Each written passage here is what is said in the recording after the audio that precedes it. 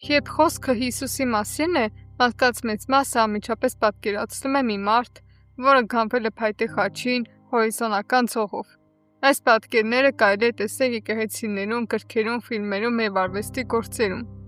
Շատերի համար այն այնքան ծանոթ է, որ թվում է անվիճելի պատմական փաստ։ Սակայն հարց է առաջանում, արդյոք Հիսուսը իսկապես խաչվել է նման խաչի վրա։ Կամ մենք գործ ունենք ավելի ուշ շրջանի եկեղեցական ավանդույթի հետ։ Առաջին հայացքից պատասխանը թվում է ակնհայտ։ Այնուամենայնիվ, եթե դիմենք հին աղբյուրներին, հնագիտության և պատմական հետազոտություններին, իրավիճակը դառնում է շատ ավելի բարդ։ Փաստն այն է, որ մեր թվարկության առաջին դարի փաստաթղթերը մեզ չեն տրամադրում մահապատժի գործիքի մանրամասն տեխնիկական նկարագրությունը։ Ավելին, հին հունական տեքստերում օգտագործված որոշ տերմիններ բաց է տարբեր մեկնաբանությունների համար, և հռոմեացիները օգտագործել են խաչելիության մի քանի տեսակներ։